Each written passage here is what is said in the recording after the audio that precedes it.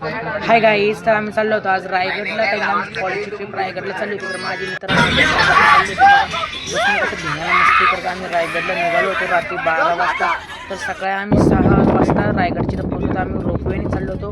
गड चढणं जाता शक्य नव्हतं, काही पोरं खूपच थकले होते. मग तर आम्ही जसं रोपवेने वर चाललो होतो, आम्ही डोंगर ते बघितलं. तर आमच्या मनात विचार आला का एवढं मोठं डोंगर आहे, आम्हाला एक रोपवेने चढावं लागतं. तर त्या दिवशी म्हणजे त्या काळी शिवाजी महाराजांनी घोड्याने हा रायगड कसा चढला असेल. मग नंतर आम्ही जसं रोपवेचा आनंद घेतल्यानंतर आम्ही किल्ल्याचे मेन गेटला पोहोचलो. का जिथून आम्हाला किल्ल्याच्या वरती एंटर व्हायचं. तर तुम्ही बघू शकता का किल्ल्याचं मेन गेट आहे, जिथून आपण एंटर होतो.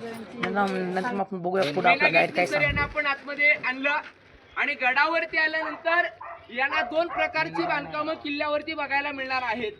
एक दगडांचं बांधकाम बघायला मिळणार आहे पाठीमागच्या बाजूला, आणि समोर या बाजूला विटेचं बांधकाम आहे सर. हे विटेचं बांधकाम आहे, हे पेशवे काढलेलं आहे सर. 1733 ला गडावरती पेशव्यांची सत्ता आली आणि 1818 साली रायगड. जसं की तुम्ही सर्वांनी ऐकलं का गाईडने आपलं चांगलं गाईड केलेलं आहे. आता तुम्ही बघू शकता की दोन किती खोल दिसते, काही किल्ल्याच्या वरचा हा नजारा खूपच सुंदर आहे. तुम्ही कधी व्हिजिट केलं तर आम्हाला कमेंट करा का तुम्ही किल्ल्यावर आलेले आहे.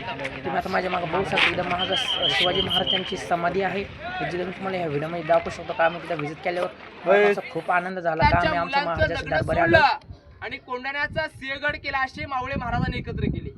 बाजी प्रभूंचा इतिहास तुम्ही ऐकला असेल, अशी लोक एकत्र केली आणि याच वाड्यामध्ये आपल्या लाडक्या राजाने इथे प्राण सोडला. लाखो शिवभक्त इथे आले ना, तर इथली माती सुद्धा आपल्या अभिमानाने आपल्या कपाळी लावतात. कारण की मराठ्यांचं तीर्थस्थान आहे. तुम्ही पिकनिक साठी रायगडावरती आले नाहीत, नुसतं फोटो काढायला गडावरती आलेले नाही आहेत. कारण की दादा आताची लोक वर्षातून एकदा पंढरीच्या वारीला जातात, पांडुरंगाचं दर्शन करतात. ते केलंच पाहिजे, पण जीवनात येऊन एकदा तरी रायगड वारी झाली पाहिजे.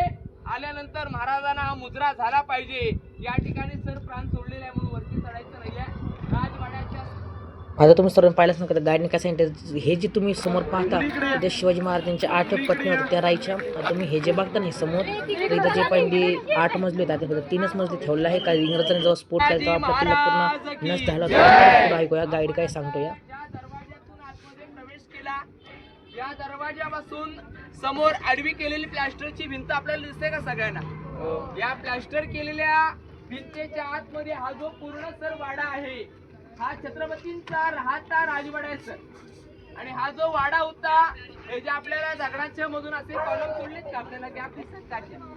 एका लाईन मध्ये सर असे गॅप दिसतील. याच्यावरती हा राहता राजवाडा त्या काळात 32 फुटी उंच होता. म्हणजे वाड्याचं बांधकाम हे त्या काळात सर 2 मजली वाडा उंच होता. आणि याच वाड्यामध्ये आपल्या राजांनी जे वास्तव्य केलं ते फक्त 10 वर्ष.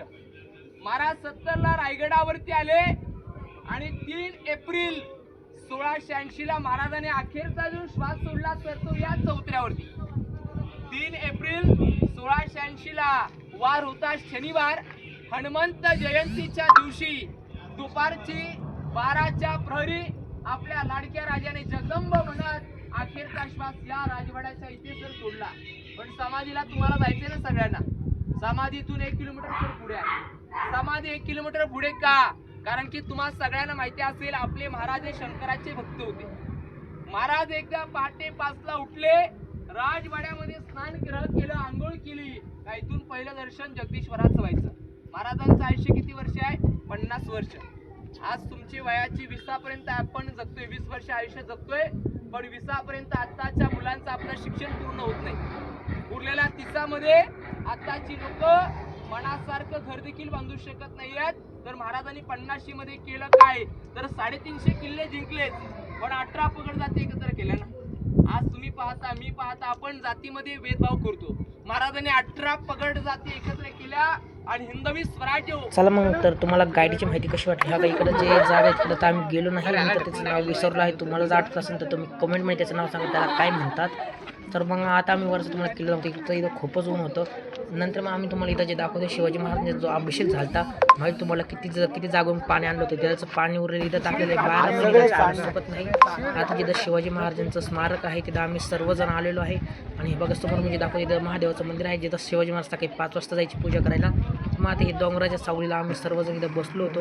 आमचे सर लोक ते आहे सर्वजण आम्ही त्या स्मारकाच्या मागच्या साईडला बसलो होतो. काही काहींना फोटोशूट करायचे त्यांनी फोटोशूट ते काढून घेतलेलं आहे इथं सर्वजणांनी. नंतर मग आता आम्हाला जायचं होतं महादेवाच्या मंदिराकडे म्हणून इतकं ऊन होतं म्हणून आम्ही इथं बसलेलो आहे. साऊंड आहे आपापसात बोलायचं नाही, आवाज इको सर इथे होतो पण त्याला शांतता लागते. आवाज इको बघा, कागद फाडून जर दाखवते पण टाळी मार्फत तुम्हाला आवाज इको कसा होईल समजेल. आवाज बघा.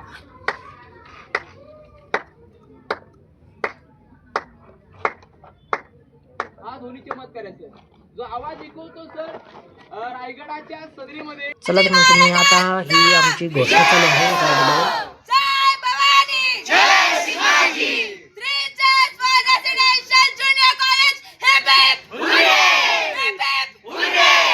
ही जी पूर्ण टीम बघत आहे एवढे जण आम्ही सर्व रायगड फिरायला आलो होतो. आता आम्ही रोपे स्टेशनला आम्ही थोडंसं स्टे करत होतो कारण की आता आम्ही खूपच गरम झालं होतं. किल्ला फिरून आता आम्ही थोडं मग किल्ला फिरवतच मग आम्हाला खूपच गरम झालं तर मग आम्ही आता इथं थांबलेलो होतो. मग आता आपण रोपवेने वर चालतो तर आपण आता रोपवेनेच खाली चाललेला आहे. इथं पूर्ण हेलिकॉप्टरची फिलिंग येत आहे. चला तर मग आता आम्ही आमचा ब्लॉग बंद करत आहोत. तुम्हाला कमेंटमध्ये सांगा ब्लॉग कसं वाटलं आहे. आमच्या पेजला सबस्क्राईब करा अशाचा ब्लॉग पाहिजे.